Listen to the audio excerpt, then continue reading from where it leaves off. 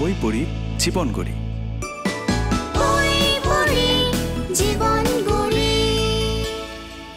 ছোট্ট বন্ধুরা, কেমন আছো তোমরা? আমি রওনক হাসান, আমি অভিনয় করি। আমি খুব ভালো আছি, তোমরাও নিশ্চয়ই খুব ভালো আছো। বন্ধুরা, গল্প পড়তে বা শুনতে তোমাদের কেমন লাগে? আমার কিন্তু ভীষণ ভালো লাগে। এই যে এখানে বুক শেলফ দেখছো, এই শেলফে অসংখ্য চমৎকার মজার মজার গল্পের বই আছে, ছড়ার বই আছে, কবিতার বই আছে। এখান থেকেই আমি তোমাদেরকে আজকে একটি গল্প পড়ে শোনাবো। এই যে আমি ছোটবেলা থেকে অসংখ্য গল্পের বই পড়েছি, কবিতা পড়েছি, ছড়া পড়েছি। আমি এত বই পড়েছি বলেই আজকে আমি তোমাদের সামনে এভাবে বসে কথা বলতে পারছি। আমার জীবনে যতটুকু অর্জন, তার সমস্ত কিছুই আমি বইয়ের সাহায্যেই পেয়েছি। বই না পড়লে আমি জীবনের কোথাও কোনো কিছুই হয়তো করে উঠতে পারতাম না, এগোতে পারতাম না। তাই তোমাদেরও অনেক অনেক বই পড়তে হবে। আচ্ছা, আজকে আমি তোমাদেরকে যে গল্পটি পড়ব, গল্পটির নাম হচ্ছে পুটু ও গুটু। এই দেখো, পুটু ও গুটু। এই বইটি লিখেছেন বিনয় বর্মন, আর এই যে চমৎকার প্রচ্ছদটা এঁকেছেন, বইয়ের ভেতরে যত সুন্দর সুন্দর ছবি আছে, এই সমস্ত কিছু এঁকেছেন কে? অমল আকাশ। আমরা প্রচ্ছদে কি দেখতে পাচ্ছি দেখো তো। এই প্রচ্ছদে খুব সুন্দর লাল রঙের মাঝখানে দুটো মাছ। একটি মাছ অনেক বড়, আর একটি মাছ ছোট্ট। বড় মাছটির মুখে ধারালো দাঁত আছে, কিন্তু ছোট মাছটির মুখে নেই। এই প্রচ্ছদ দেখে মনে হচ্ছে এই ছোট মাছটি এই বড় মাছটিকে ভয় পাচ্ছে। তার মানে কি তোমরা নিশ্চয়ই অনুমান করতে পারছো এই গল্পে কি হতে যাচ্ছে বা কি ঘটবে। পুটু এবং গুটু দুটো মাছের গল্প নিয়েই আমাদের আজকের গল্প। চলো পড়া শুরু করা যাক। পুটু পুকুরে সাঁতরায়, শ্যাওলায় টুকটুক করে ঠোকরায়। হঠাৎ, ওরে বাবা! বন্ধুরা, হঠাৎ পুটু আর অন্য মাছেরা ভয় পাচ্ছে কেন? ভয়ে পালিয়ে গেল কেন? নিশ্চয়ই ওদের কেউ তাড়া করছে। চলো বাকিটা পড়ে দেখি। গুটু আসছে, এই যে গুটু আসছে। আর পুটু কি বলছে? পালাও পালাও পালাও। হ্যাঁ বন্ধুরা, এবার বোঝা গেল কেন পুটু অন্য মাছগুলো পালিয়ে গিয়েছিল। কারণ তাদেরকে এই ভয়ঙ্কর মাছ গুটু তাড়া করছিল। দেখো তার ধারালো দাঁতগুলো, সেই কারণে তারা পালিয়ে যাচ্ছিল। চলো এবার বাকিটা পড়ি। পুটু এঁকে বেঁকে ছোটে, গুটু পিছু পিছু ছোটে। পুটু লাফ দেয়, গুটুও লাফ দেয়। ওরে বাবা! পুটুকে ধরার জন্য গুটু তাকে তাড়া করছে। পুটু দৌড়াচ্ছে, গুটুও দৌড়াচ্ছে। পুটু লাফ দিচ্ছে, গুটুও লাফ দিচ্ছে। লাফ দিয়ে ওরা কলমিলতার উপর দিয়ে পার হয়ে যাচ্ছে। কলমিলতা পার হয়ে তারপর ওরা কোথায় যাবে? কোথায় যাচ্ছে বলো তো? চলো দেখি। পুটু এবার ডুব দেয় একেবারে পুকুরের তলে। গুটুও পিছু পিছু ডুব দেয়। পুটু টুস করে শ্যাওলায় ঢুকে পড়ে। গুটু খুঁজতে থাকে পুটুকে। দেখলে বন্ধুরা, এই দেখো গুটু কেমন ভয়ঙ্কর ভাবে তাকিয়ে আছে। তার চোখ দুটো রাক্ষসের মতো লাল টকটক করছে, আর দুই চোয়ালে ভীষণ ধারালো দাঁত। আচ্ছা, পুটু যে শ্যাওলার মধ্যে লুকোলো, সে গুটুর কাছে ধরা পড়ে যাবে না তো? চলো দেখি কি হচ্ছে। এমন সময় বেরিয়ে আসে পুটু, গুটুর সামনে যায়। কি দেখো দেখো বন্ধুরা, পুটু শ্যাওলার ভেতর থেকে তার সমস্ত বন্ধুদেরকে নিয়ে একত্রিত হয়েছে। দেখো অসংখ্য পুটুর মতো মাছদের নিয়ে সে বেরিয়ে এসেছে। বেরিয়ে এসে কি করবে? সে গুটুর সামনে গিয়ে দাঁড়াবে। গুটুর সামনে গিয়ে দাঁড়ালে এত এত মাছের সামনে গুটু কি করবে? আবারও তেড়ে আসবে, আক্রমণ করবে, নাকি এত এত মাছ দেখে পালিয়ে যাবে? কোনটা বলো তো? ওরে বাবা, ওটা কি? পালাই পালাই!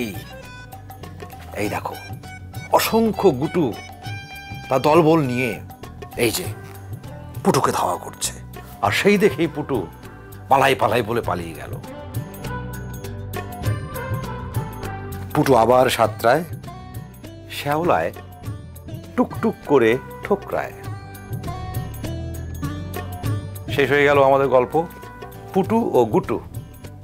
বন্ধুরা, গল্পটি তোমাদের কেমন লাগলো? আমার কাছে কিন্তু ভীষণ ভালো লেগেছে। কারণটা কি জানো? এই গল্পে আমরা কি দেখলাম? দেখলাম যে পুটু যখন একা ছিল তখন গুটুর ভয়ে সে পালিয়ে গিয়েছে। গুটু ভীষণ দুষ্টু মাছ, কিন্তু যখন পুটু তার দলবল নিয়ে এলো তখন পুটুর দলবল দেখে গুটু পালিয়ে গেল। অর্থাৎ তুমি যদি কখনো একা একা চলো, একা একা থাকো, বন্ধুর সাথে মানুষের সাথে না মেশো, তাহলে তুমি কিন্তু যে কোনো সময় খারাপ মানুষ দ্বারা আক্রান্ত হতে পারো, সে তোমাকে আঘাত করতে পারে। কিন্তু তুমি যদি সব সময় বন্ধু, পরিবার এবং অনেক মানুষ নিয়ে থাকো, সবাই মিলেমিশে থাকো, তাহলে দুষ্টু লোকেরা তোমাকে আর আক্রমণ করতে পারবে না, তোমার কোনো ক্ষতি করতে পারবে না। তখন তারাই তোমাদেরকে ভয় পেয়ে পালিয়ে যাবে। সুতরাং আমরা কি করব? আমরা সব সময় বন্ধু, পরিবার সবাই মিলেমিশে থাকব এবং একসাথে থাকব। ছোট্ট বন্ধুরা, এখন এই পর্যন্তই। বই পড়ি জীবন গড়ি আসরে আমার গল্প শোনার জন্য তোমাদের অনেক অনেক অনেক ধন্যবাদ। হয়তো অন্য কোনো দিন আবার নতুন নতুন সব গল্প নিয়ে আমি তোমাদের সামনে হাজির হব। ততক্ষণ ভালো থাকো, সুস্থ থাকো, সুন্দর থাকো, আর অনেক অনেক বেশি বেশি বই পড়ো। বন্ধুরা, কেমন আছো তোমরা সবাই? নিশ্চয়ই খুব ভালো আছো। আমি রুনা খান, তোমাদের এক বন্ধু, এবং আমিও ভালো আছি। আচ্ছা বন্ধুরা, গল্প পড়তে বা শুনতে তোমাদের কেমন লাগে বলো তো? আমার কিন্তু ভীষণ ভালো লাগতো, জানো। আমি যখন ছোট ছিলাম তখন অনেক অনেক গল্পের বই পড়েছি। আরেকটা মজার ব্যাপার ছিল, আমরা যখন ছোট ছিলাম তখন বার্ষিক পরীক্ষা শেষ হয়ে যাওয়ার পর আমরা বেড়াতে যেতাম দাদির বাড়ি এবং নানির বাড়ি শীতকালে। তো আমরা দাদির বাড়ি নানির বাড়ি বেড়াতে গিয়ে প্রত্যেক দিন রাতে ঘুমানোর আগে দাদির কাছ থেকে এবং নানির কাছ থেকে মজার মজার গল্প শুনতাম। তোমরাও কি এখন তেমন করো? এবং এত মজার মজার গল্প শুনতে কখন যে ঘুমিয়ে যেতাম টেরই পেতাম না। হ্যাঁ, আজকে আমি তোমাদেরকে গল্প শোনাবো একটা।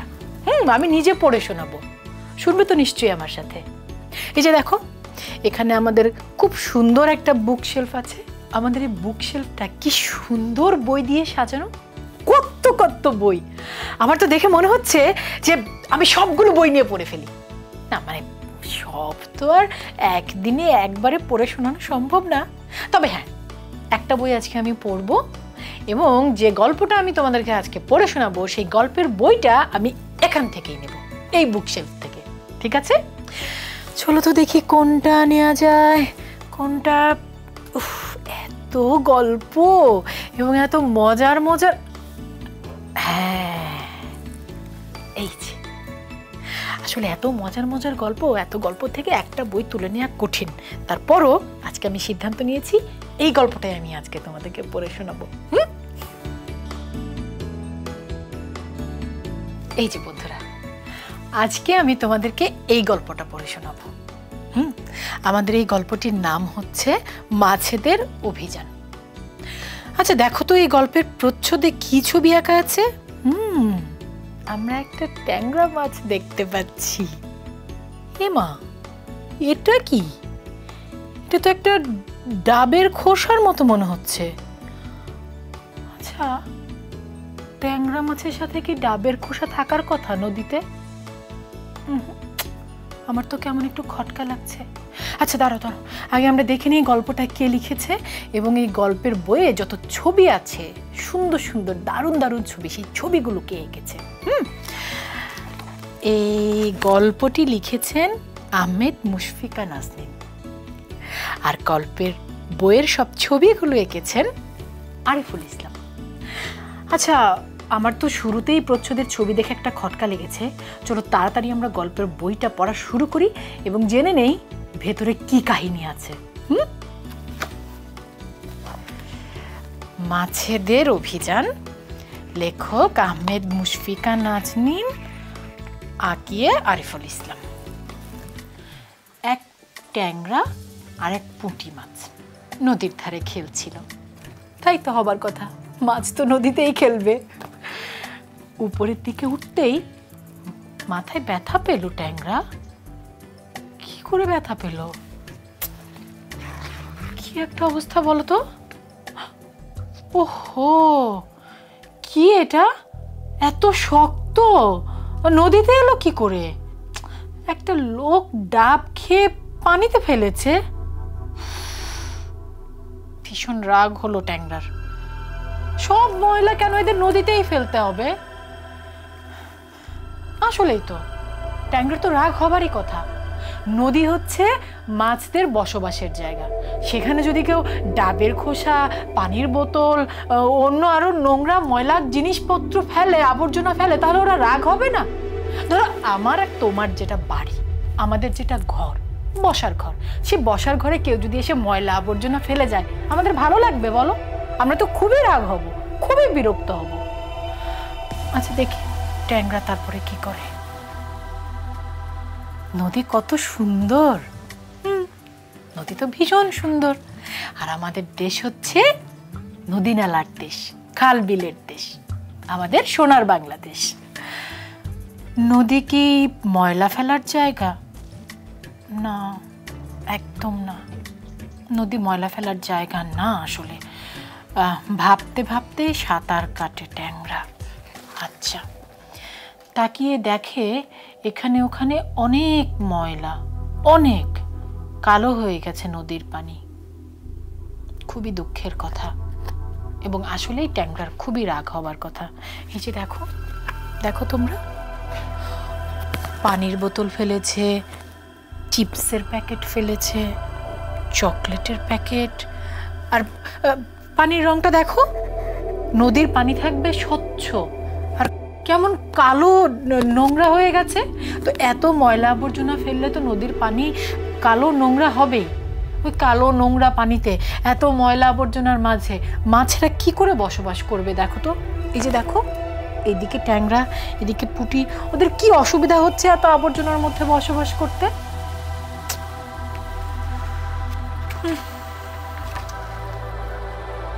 ট্যাংরা ওর বন্ধুদের কাছে যায়, রুই, কাতলা, চিংড়ি, কই। সবাই ভাবতে বসে কি করবে, কি করলে ঠিক হয়।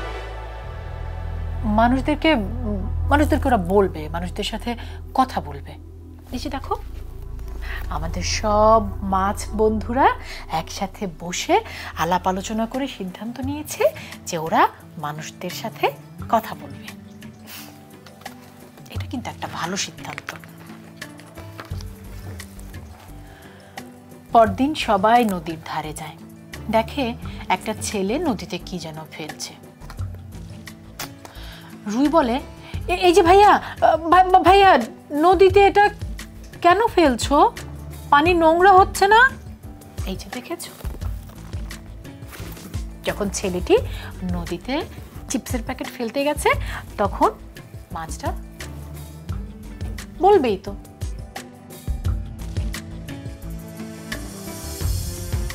শুনে ছেলেটা লজ্জা পায়। এটা তো একটা ভালো কথা। ছেলেটা খুব বোধ সম্পন্ন একজন মানুষ। যে মানুষটা সে একটা ভুল করেছে, শুনবার সাথে সাথে বুঝতে পেরেছে যে আমার ভুল হয়েছে, সেজন্য সে লজ্জিত হয়েছে। অনেকে কিন্তু আমরা কি করি জানো, আমরা নিজেরা ভুল করছি, সেটা যদি কেউ ধরিয়ে দেয়, অনেক সময় আমরা রেগে যাই, আমরা নিজেদের ভুলটা, নিজেদের সমালোচনাটা নিতে পারি না। এটা কিন্তু ঠিক না। আমরা যদি কেউ ভুল করি, তাহলে আশেপাশের বন্ধুরা, কাছের মানুষরা সংশোধন করে দেবে। সেটাই তো ঠিক। সেভাবেই তো আমরা সামনের দিকে এগিয়ে যাব। আমার কিন্তু খুব পছন্দ হয়েছে এই বন্ধুকে। এই যে দেখো, মাছ বন্ধু যখন তার ভুলটা ধরিয়ে দিয়েছে, সাথে সাথে সে লজ্জায় একটু কাচুমাচু হয়ে গেছে। ছেলেটা লজ্জা পেয়ে বলে, আহা আমি তো এভাবে ভাবিনি। এবার ছেলেটা ওর বন্ধুদেরকে বলে, শোনো, এখন থেকে আর কেউ কখনো আমরা নদীতে ময়লা ফেলবো না। শুনে মাছেরা খুশিতে একেবারে লাফিয়ে ওঠে। এই যে দেখো, ছেলেটা, লক্ষ্মী ছেলেটা, যে তার ভুল বুঝতে পেরেছে, বুঝতে পেরে তার বন্ধুদের সাথে আলোচনা করেছে যে আমি তো ফেলবই না, এবং আমার কোনো বন্ধুও এখন থেকে আর নদীতে ময়লা ফেলবে না, মাছেদের অসুবিধা তৈরি করবে না।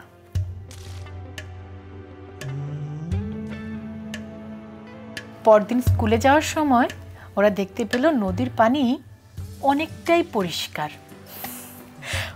পুঁটি আর রুই ডিগবাজি খেলছে, ট্যাংরা মাছ পরিষ্কার পানিতে মনের আনন্দে সাঁতার কাটছে। তাই তো হবার কথা, তাই না বন্ধুরা? আমাদের যার যেটা আবাসস্থল সেটা পরিষ্কার থাকবে, সুন্দর থাকবে, আমাদের জন্য নিরাপদ থাকবে, সেটাই তো হওয়া উচিত। তা আমরা যদি আমাদের নিজেদের বাড়িঘর পরিষ্কার রাখি, তাহলে আমাদের মাছ বন্ধুদের বাড়িঘর কেন পরিষ্কার রাখবো না বলো? তাদের বাড়ি নোংরা করবার অধিকার কি আমাদের আছে? একদম নেই।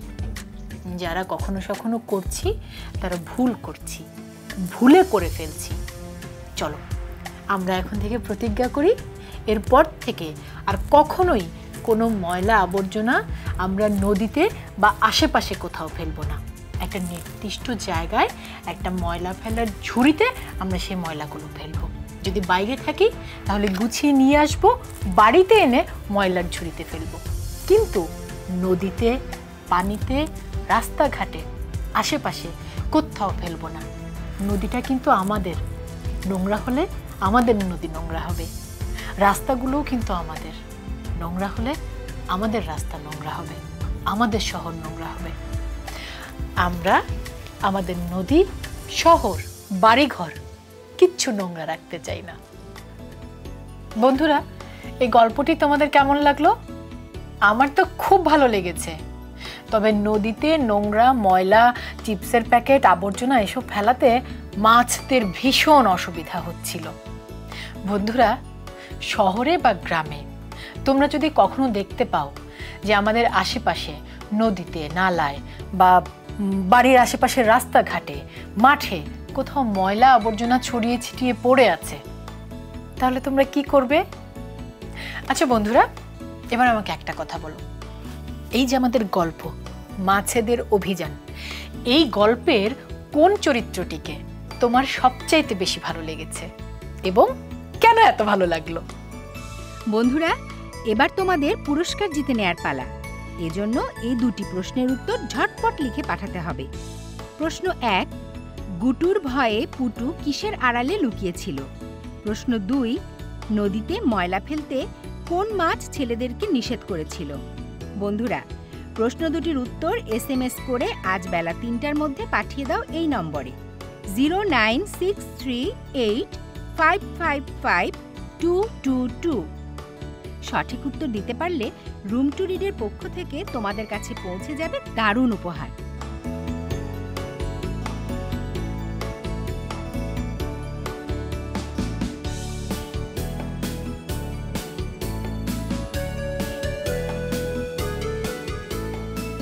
বন্ধুরা, এখন এ পর্যন্তই। বই পড়ে জীবন গড়ি অনুষ্ঠান থেকে তোমাদের সবাইকে অনেক অনেক আদর আর ভালোবাসা আমার গল্পটি শুনবার জন্য। তোমরা সবাই ভালো থেকো, সুন্দর থেকো, বাড়ির চারপাশ, নদী নালা সব কিছু পরিষ্কার রেখো। কোথাও আমরা কোনো ময়লা ফেলবো না, একদম না। আবার কিন্তু দেখা হবে আমার তোমাদের সাথে, তখন আমি জিজ্ঞেস করব কেউ ময়লা ফেলেছো কিনা, কেউ বাড়ির আশপাশ পরিষ্কার রেখেছো কিনা। ঠিক আছে? অনেক ভালো থেকো বন্ধুরা, আবার দেখা হবে খুব শিগগিরই। ও আরেকটা কথা, বই পড়তে ভুলো না কিন্তু। অনেক অনেক মজার মজার গল্পের বই পড়বে। এরপরে যেদিন তোমাদের সাথে দেখা হবে সেদিন আমি তোমাদের জিজ্ঞেস করব কে কটা বই পড়েছো।